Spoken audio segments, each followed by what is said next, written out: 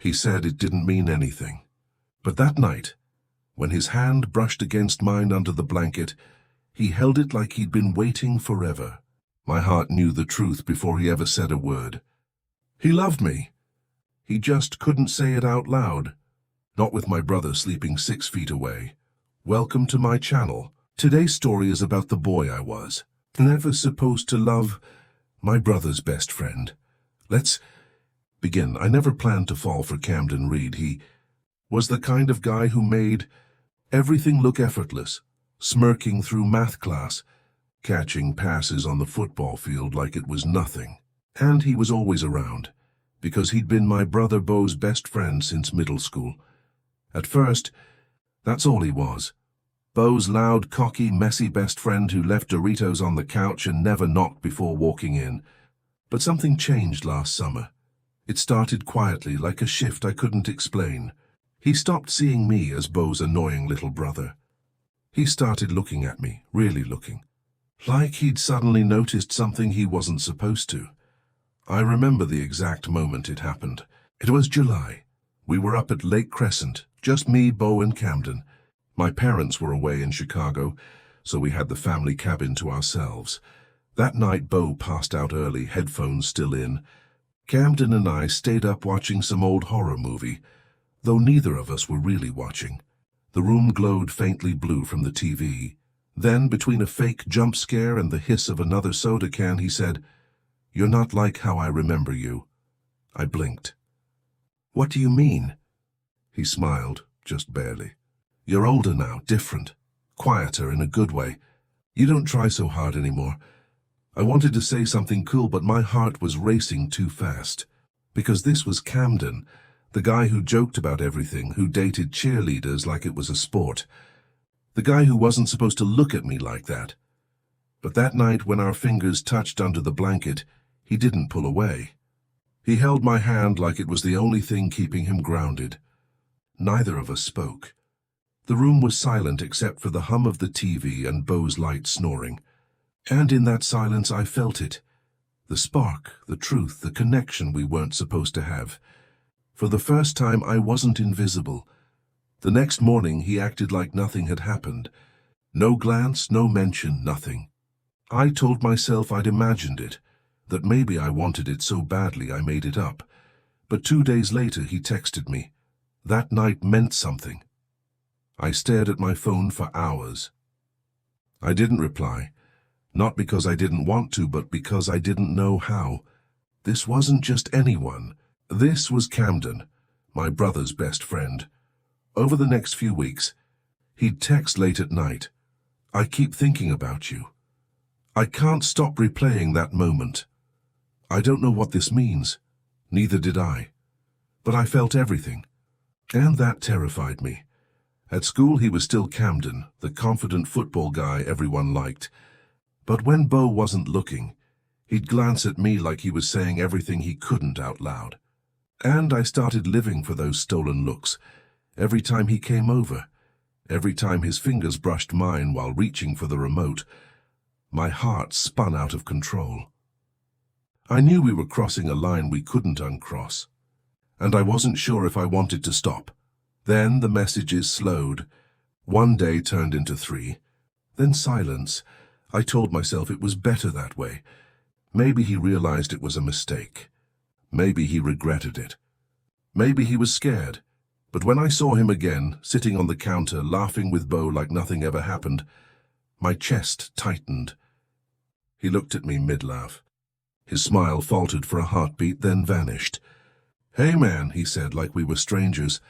I turned away, pretending not to care. But then he spoke quietly.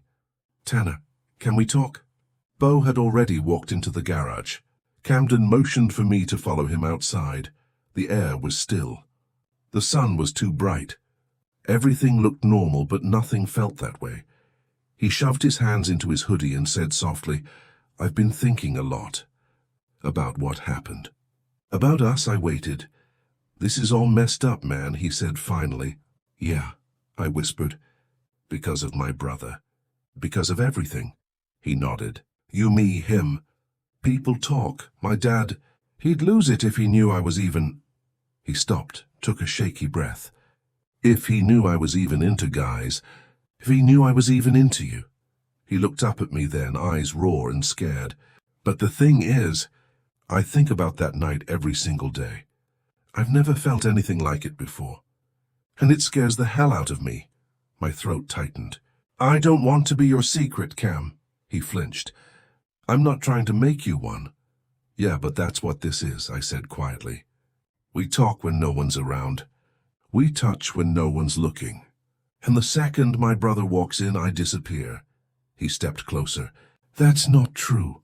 It feels true. Silence hung between us and heavy, painful. He looked like he wanted to scream or cry. I just don't know how to do this, Tanner, he said.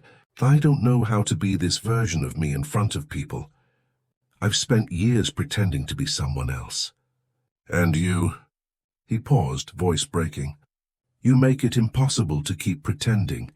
And that's when I realized he was fighting himself more than anything else. We didn't hug. We didn't kiss. But in his eyes I saw it, the war between fear and love.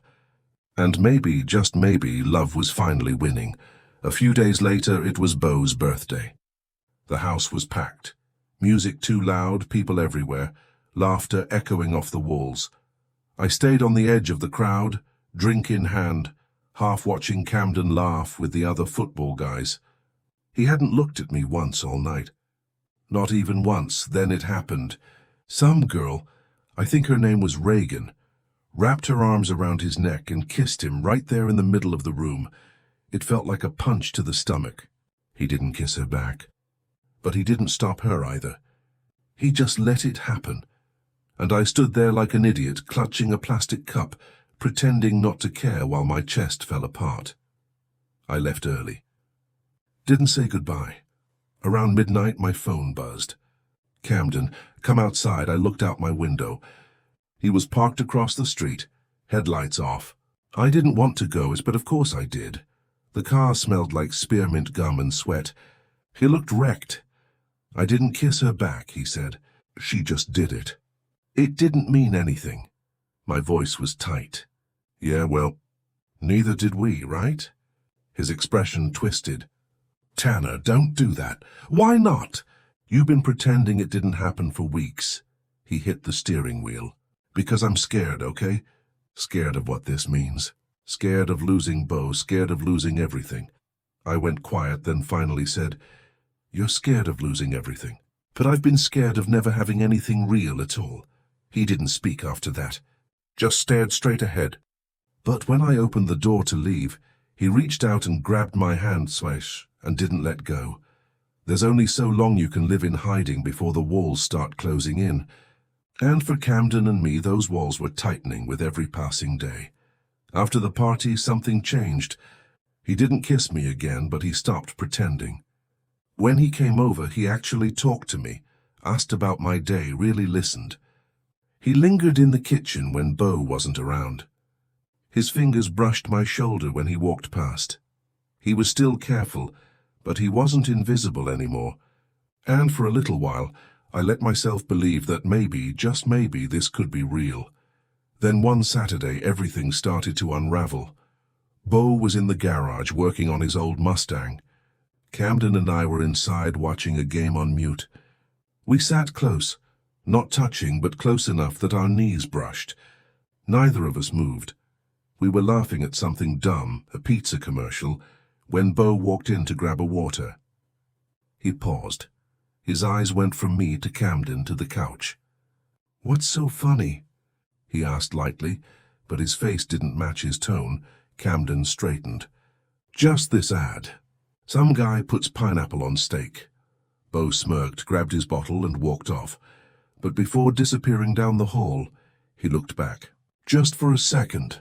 And I saw it, that flicker of suspicion, that quiet what if. That night, Camden texted me, Did he seem off to you? My heart started pounding. I typed, deleted, and retyped before sending, Yeah, he knows something. Camden, what do we do? I never got an answer, because the truth was that we didn't know. The next few days were weird. Beau still joked around, still stayed up playing Xbox till 2 a.m. But whenever Camden walked into the room, something in Beau's eyes changed. He watched more, talked less. And one night when I came downstairs for water, I heard them on the porch. Their voices were low, serious. Beau, you've been distant lately, man. You good? Camden, yeah, just stress, school, football. Beau paused. Right, that it? Camden, what else would it be? Another pause. Beau, I don't know. You tell me. Something in me dropped. I backed away quietly and went upstairs before they noticed. I couldn't sleep that night. My chest felt heavy. What if Beau knew? What if he confronted me? What if he told our parents? At 2:04 a.m. my phone buzzed again. Camden, can't sleep. Me, same. You okay? Camden, no. A pause. Then meet me. 10 minutes. Back fence. I threw on a hoodie and slipped out the back door. He was already there, leaning against the fence, looking like he had 1,000 things to say but didn't know where to start. We didn't talk right away. We just stood there in the dark. He looked exhausted, eyes red, shoulders slumped. I can't keep doing this, he said finally. I held my breath. Not like this. Not hiding. Not jumping every time your brother looks at us too long. He turned to me. I want to look at you when people are around. I want to talk to you without my voice shaking. I swallowed hard. What are you saying? He stepped closer. His voice cracked. So I'm saying I'm ready to stop pretending. But if I do this, and if we do this, I need you to be all in too.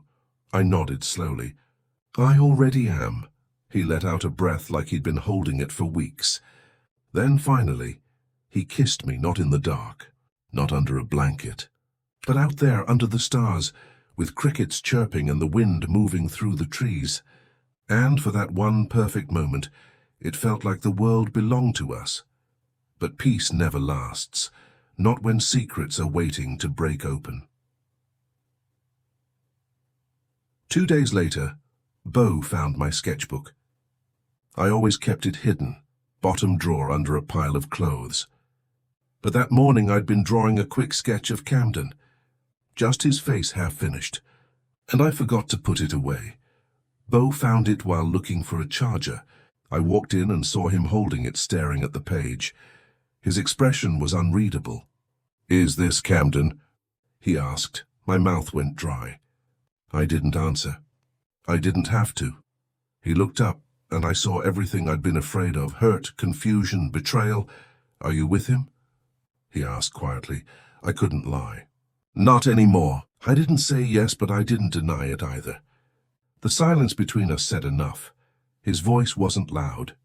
It wasn't angry. It was soft, yet wounded, like he already knew the truth before asking. He looked back down at the drawing, running his thumb over it, like he could erase what he'd seen if he tried hard enough. Since when? He asked, my voice cracked. Since the lake, he blinked. That long? I nodded. And you didn't think I deserved to know? That hurt, because part of me had wanted to tell him 100 times. But I knew this moment would come. And it would look exactly like this, full of guilt, fear, and disappointment. You're my brother, Beau, and he's your best friend. What was I supposed to do? Just say, hey, by the way, I'm falling for the guy you grew up with? His jaw clenched. You should have trusted me. That hit harder because he was right. But the truth was, I hadn't even learned to trust myself. How could I expect him to carry something I couldn't carry alone? He handed me the sketchbook and walked out. No yelling, no slam of a door. Just silence. I didn't see him again that night. Not at dinner. Not even the next morning. But Camden showed up early, unannounced. I was sitting on the porch, sipping cold coffee, still replaying every second of what happened. He walked up, hoodie on, hands in his pockets. He knows, he said quietly. I nodded. Yeah, what did he say? Nothing, I whispered. As that's the worst part. Camden sat down beside me, close but not touching. Do you regret it? He asked. I looked at him, pale face, tired eyes, like he hadn't slept either. No, I said. I don't regret you. He exhaled, like the words finally set him free. Then in daylight he reached for my hand, and this time he didn't let go. It was 1:20 a.m. when I heard the gravel crunch outside. At first I thought I was dreaming, until I saw the headlights sweep across my window. Camden's truck. I pulled on a hoodie and stepped outside. He was sitting on the hood staring at nothing, face half lit by the street lamp. The boy who once ruled Friday nights now looked small, not weak, and just tired. Soft wind sound. "Hey," I said quietly. He looked up, eyes red. "Couldn't sleep." I walked closer. "You shouldn't be driving this late." He let out a hollow laugh. "I wasn't driving. I was running from home and just ended up here. I didn't ask why. I already knew." His dad's silence, his mom's quiet heartbreak, it was all too much. So I just stood there beside him, both of us breathing into the cold air, like we were trying to find the rhythm again. "Finally," he whispered. "I don't know how to fix it, Tanner. I keep trying to make everyone happy, and somehow I'm losing myself in the process." I reached out, resting a hand on his shoulder. "You don't have to fix everything, Cam. You just have to stop breaking yourself to make others comfortable." He looked at me, really looked at me. And in that second I saw him remember what peace felt like. Music swells softly, strings join piano. He stepped closer, forehead against mine. "I'm sorry," he breathed. "For what?" "For almost walking away. For thinking this wasn't worth it." My voice cracked. "You're worth it. You always were." He smiled, small and tired, but real. "I don't deserve you. You don't have to. Just stay." We stood there like that, no hiding, no fear, no pretending. Just two people choosing each other in the quiet. After a while I said softly, "Come inside. My mom will lose it if she sees your truck here at sunrise." He chuckled, rubbing his eyes. "Guess I'll take the couch again?" I shook my head. "You can take my bed." "I'll take the couch." He grinned faintly. "Not a chance." Music fades into slow guitar. Inside, everything felt softer. The hum of the fridge, the low tick of the clock. He sat on the edge of my bed, head in his hands. For the first time in weeks, he looked like he could finally exhale. I sat beside him. He reached out, threading his fingers through mine, like he had that night at the lake. "Do you ever regret it?" he asked quietly. "Us." I shook my head. "Never. You?" He thought for a long moment. Then, "I regret not being brave sooner." That hit harder than I expected. Because bravery wasn't always loud. Sometimes it was showing up at 1:20 a.m. when everything felt broken. Sometimes it was just staying. He leaned back, pulling me with him until we were lying side by side, the world finally quiet. Outside, a dog barked somewhere down the street. A car passed. Then silence again, the kind that feels like safety. He whispered, "You know, I used to think love had to be fireworks, chaos, noise. And now?" I asked. He smiled softly. "Now I know it's this. Just peace."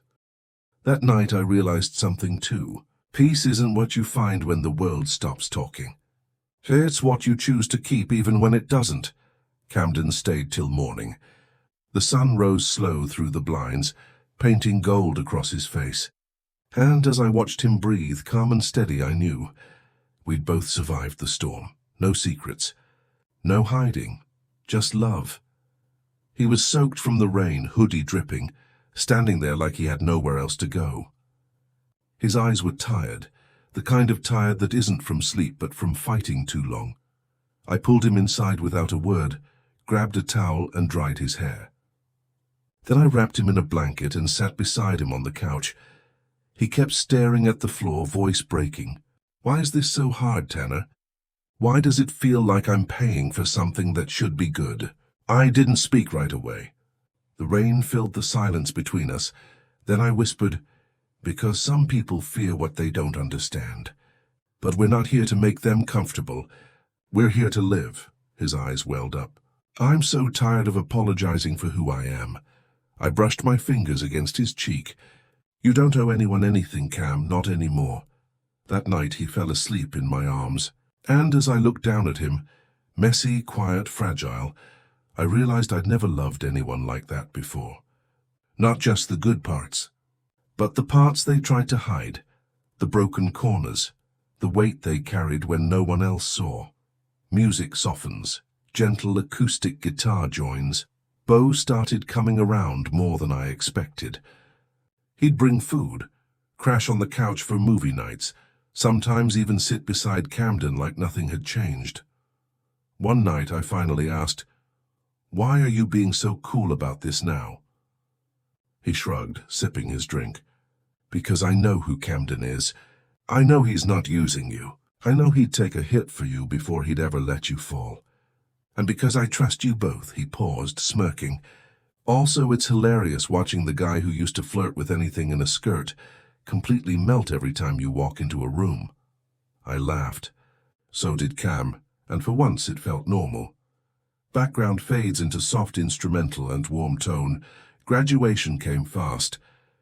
We walked the stage, tossed our caps into the sky, and behind the gym, still in his gown, Camden kissed me, grinning like a kid again. "You know what I want?" he whispered. "What?" "A future that doesn't feel like hiding." So we made a plan. He got into a college 2 hours away. I followed soon after.